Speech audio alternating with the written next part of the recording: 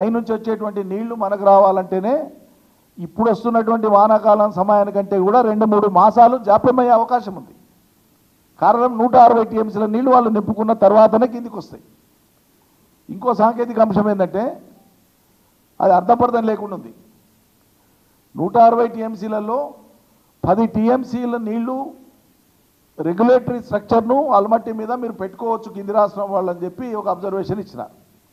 ఇక్కడ విచిత్రం ఏంటంటే ఆల్మట్టి మెయిన్ డిజైన్ జరిగేటప్పుడు ఎక్కడ కూడా రెగ్యులేటరీ సిస్టమ్ పెట్టుకోవడానికి అనువుగా స్ట్రక్చర్లో ఆ రకంగా మాడిఫికేషన్ చేసుకోవడానికి రీస్ట్రక్చర్ చేసుకోవడానికి అనువుగా ఎక్కడ కూడా టెక్నికల్గా సపోర్ట్ చేయదు. అది డ్యామ్ ఆల్రెడీ కంప్లీటెడ్.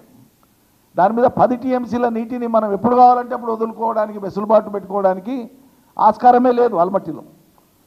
కాబట్టి ఆల్మట్టి వాళ్ళు ఏమంటారు, రేపు కర్ణాటక ఈ స్ట్రక్చర్ మీద పెట్టుకోనికి అవకాశం లేదు కాబట్టి కింద నారాయణపూర్ ఉంది, మా నీళ్ళు వదిలితే నారాయణపూర్కే కదా, ఆ నారాయణపూర్ నుంచి మేము ఇక్కడ 10 టీఎంసీ వదులుతాం, నారాయణపూర్లో వచ్చి పడితే ఆ నారాయణపూర్ నుంచి మీ కిందికి వచ్చేస్తాయి అంటారు. అంటే ఆల్మట్టి నుంచి జూరాల దాకా వచ్చే వరకు ఇదే 10 టీఎంసీ నీళ్లు మనం వాళ్ళు మెజర్ చేసి వదిలినటువంటి 10 టీఎంసీ నెట్ రిజల్ట్ మనకు వచ్చే వరకు అది 5-6 టీఎంసీలు కూడా ఉండదు. 3-4 టీఎంసీలు ఎవాపరేషన్ అయిపోతుంది, లేకుంటే సింక్ అయిపోతుంది. తద్వారా జూరాలకు వచ్చే నీళ్ళే ఆలస్యం అవుతాయి.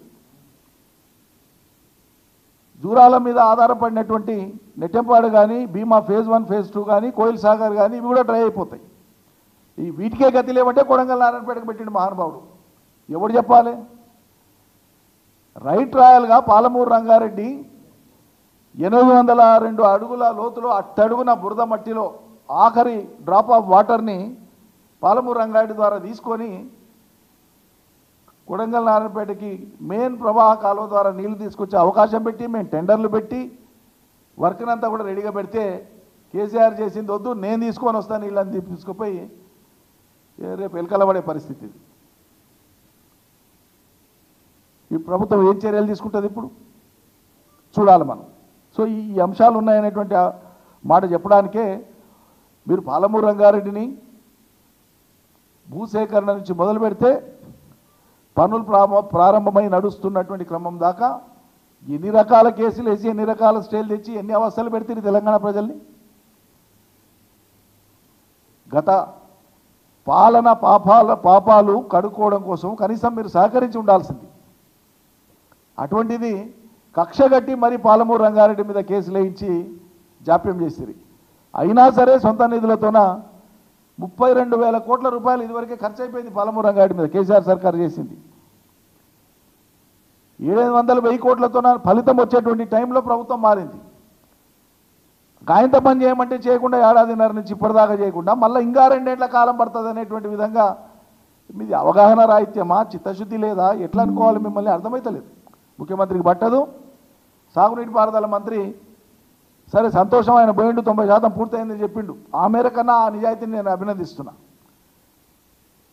ఈ డిండికి ఉండేటువంటి దాని టెండర్లను తక్షణం మీరు ఆపండి. ఇది మేము చెప్పినటువంటి ఈ ప్రతిపాదన మేము చెప్పేదే కాదు, మీరు ఎవరు సాంకేతికంగా ఎవరినన్నా అడగండి, ఇంజనీర్లు జస్టిఫై చేస్తారు. మీరు దయచేసి పోతేటిపల్లి నుంచి సిరిసవాడ వాగులో అంటే డిండి వాగులో పడేస్తే డిండికి పుష్కలంగా నీళ్ళు వస్తాయి, తక్కువ సమయంలో వస్తాయి, తక్కువ ఖర్చుతో వస్తాయి, వేగంగా ఫలితం ఇవ్వచ్చు ప్రజలకు అని చెప్పి మేము డిమాండ్ చేస్తూ ఉన్నాం. ఆయన నేను పోయి వచ్చిండు, సంతోషం. నాకు పక్కన ఉన్న వాళ్ళు చెప్పినటువంటి మాట ఏంటంటే మంత్రి గారు నిజంగా సంతోషంగా ఫీల్ అయ్యారు, పనులు చాలా బాగున్నాయని చెప్పి సంతోషం. I appreciate there spirit. నిజంగా ఆ రకమైన స్పిరిట్ కనబరిస్తే తప్పకుండా అభినందిస్తాం. అక్కడ చూసినప్పటి ఆయన వర్కులు చూసినటువంటివి ఈ కంప్లీట్ అయినటువంటి అండర్గ్రౌండ్ మోటార్ల ఎరెక్షన్ అన్నీ కంప్లీట్ అయిపోయింది. ఏదిలాలో ఎవ్రీథింగ్ కంప్లీట్. ఆయన చూసిన ఫోటోలే నేను పెడుతున్నా, ఆయన ఉన్న ఫోటోలే పెడుతున్నా.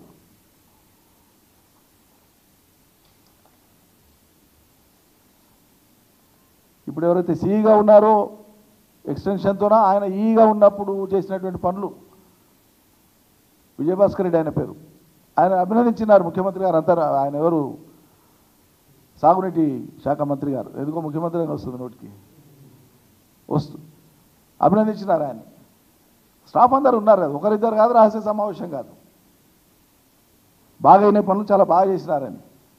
మరి బాగా చాలా బాగా చేసినటువంటి పనులను మిగిలిన కొద్దిపాటి పూర్తి చేస్తే ఫలితం ప్రజలకు వస్తుంది కదా. అక్కస ఎందుకు ఉండాలి? కేసీఆర్ మీద అక్కస ఎందుకు ఉండాలి? తెలంగాణ ప్రజల మీద అంత విముఖత ఎందుకు ఉండాలి? మీకు దయగలగాలి కదా. మీకు ఒక సీజన్ పోతే లక్షల ఎకరాలలో పంటలు పండితే రైతులు ఎంత సంబరపడతారు, ఎంత సంతోషపడతారు. ఉన్న నీళ్ళ నీయనికి చేత కాకపోయా, మీకు కాళేశ్వరం నీళ్ళ నీయకి మనసు ఒప్పుకోకపోయా, నార్లాపూర్లో నీళ్లున్నాయి ఇవ్వండి అంటే మనసు ఒప్పుకోకపోయా. అరే ఉన్న పంపుల కాడికన్నా నార్లాపూర్ నింపి పెట్టండి బాబు అంటే ఆ నింపనికే కూడా మనసు వస్తలేదు వీళ్ళకి. నీళ్ళంటూ ఆడ నిలిస్తే భూగర్భ జలం పెరుగుతుంది. పక్కలే ఎల్లూరు రిజర్వాయర్ ఉంటుంది. నార్లాపూర్ ఎల్లూరు ఇట్లే ఉంటాయి పక్కలో. మధ్యలో ఒక రిడ్జ్ మాత్రమే ఉంటుంది, అంతే. మధ్యలో ఒక రిడ్జ్ మాత్రమే ఉంటుంది. ఆ పేపర్ ఇటీ రాము. మధ్యలో ఒక రిడ్జ్ మాత్రమే ఉంటుంది. అది ఫుల్ అయితే ఆటోమేటిక్గా వాటర్ ఇవతలకు వచ్చేస్తుంది. ఎల్లూరుకు వచ్చిందంటే అదే వాటరు. ఇప్పుడు బ్యూటీ ఏంటంటే పాలమూరు రంగారెడ్డి కలోగుర్తి లిఫ్ట్ ఇరిగేషన్ రెండు ఇంటిగ్రేట్ అవుతాయి. ఈ సిస్టమ్ నీళ్లు దాని ద్వారా పోవచ్చు, ఆ సిస్టమ్ నీళ్లు దీని ద్వారా పోవచ్చు. అట్లా డెవలప్ అయి ఉన్నాయి సిస్టమ్స్. సో అద్భుతంగా వాడుకోవచ్చు. మీకు ముందర ఉండేటువంటి పని ఎక్కడన్నా సరే ప్యాకేజ్ 3కి సంబంధించినటువంటి వర్క్ ఏదైతే ఉందో అంటే అది నార్లాపూర్ ఏదుల 2 రిజర్వాయర్ల మధ్యలో ఉండేటువంటి కెనాల్కు సంబంధించినటువంటి వరకు. అందులో టనల్ అయిపోయింది, కానీ కెనాల్కు సంబంధించినటువంటి వరకు టనల్ ఎంట్రీ ప్రవేశంలో కొద్దిగా మిగిలి ఉంది. టనల్ ఎంట్రీ పాయింట్, కెనాల్ వచ్చి టనల్ ఎంట్రీ అయ్యేటువంటి ఆ పర్టికులర్ పాయింట్ 8 కిలోమీటర్స్ మిగిలింది. ఈ 8 కిలోమీటర్స్ టోటల్ కెనాల్ డిజైన్ ప్రకారంగా సెక్షన్ అంటాం మనం. ఆ డిజైన్ ఎట్లుంటే అట్లా ఈ సెక్షన్, దీన్ని సెక్షన్ అంటాం.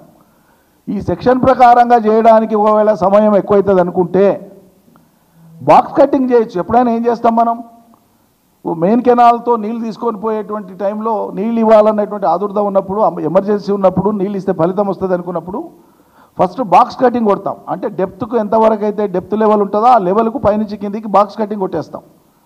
దాని నుంచి నీళ్ళు పోతాయి, పని నడుస్తుంది, పర్పస్ సర్వ్ అవుతుంది. ఆ తర్వాత మళ్ళీ సెక్షన్ చేసుకోవచ్చు. ఇప్పుడు ఆ 8 కిలోమీటర్స్ బాక్స్ కటింగ్ కొట్టైనా సరే నీళ్ళు ఇవ్వచ్చు. దీనికి మీరు 2 ఏళ్ళు చేయాల్సిన అవసరం లేదు. ఇతర పనులకు కూడా అంత జాప్యం చేయాల్సిన అవసరం లేదు. అది మేము బతుకుంటున్నటువంటిది. సో నీళ్ళు ఇమ్మంటే నీళ్ళు ఇయ్యక రైతులు కింద మీద పడి కష్టపడి వాళ్ళు పంటలు పండిస్తారంటే ఆ పండించినటువంటి పంటలు కొనక, కొంటే ధాన్యం ఎత్తక, ఎత్తితే లారీలలో నింపక,